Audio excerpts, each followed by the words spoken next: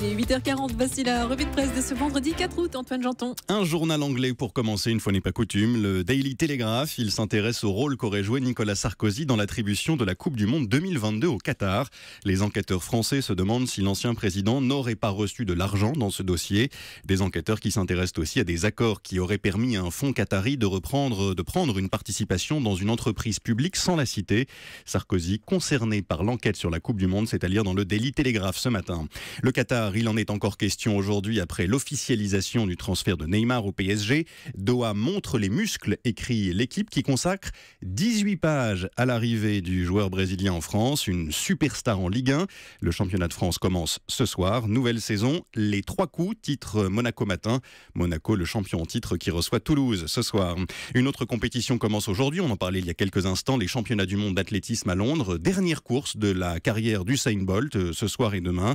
Et je ne résiste pas au plaisir de vous donner le titre de l'article que Libération consacre à cet événement. Attention, jeu de mots, feu foulé.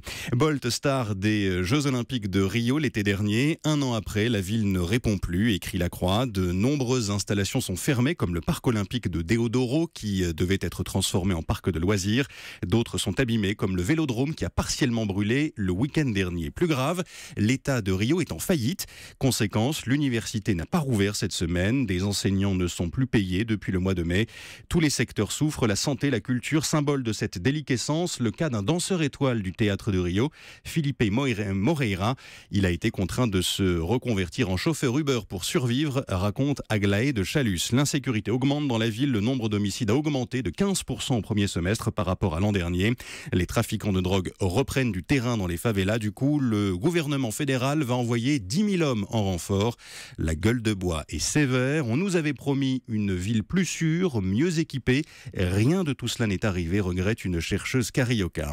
À lire également ce matin l'entretien accordé par le Premier ministre aux Parisiens aujourd'hui en France. Pas d'annonce, quelques confirmations seulement. Une baisse des impôts de 10 milliards d'euros l'an prochain.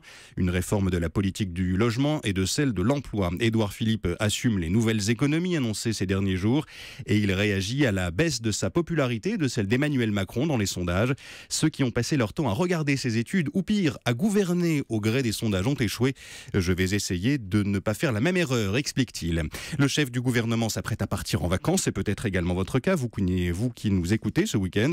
L'occasion pour le Parisien de s'intéresser à votre valise, souvent bien remplie, trop remplie. Le syndrome de la valise trop pleine, titre le journal, une formule pour résumer ce phénomène. On ne sait jamais. Oui, 82% des Français reconnaissent qu'ils prennent plus d'affaires que nécessaire selon une étude menée par le site de voyage Expedia. À cela, plusieurs explications. Le besoin d'emporter des gris-gris, des vêtements ou des objets qui nous rassurent, mais aussi des habitudes familiales ou bien le regard des autres. Il y a aussi l'envie de parer à toute éventualité. C'est ce qu'on appelle les valises défensives avec des dizaines de médicaments, des pulls, des foulards, juste au cas où. Face à elles, les valises hédonistes, plus légères, concentrées sur le plaisir.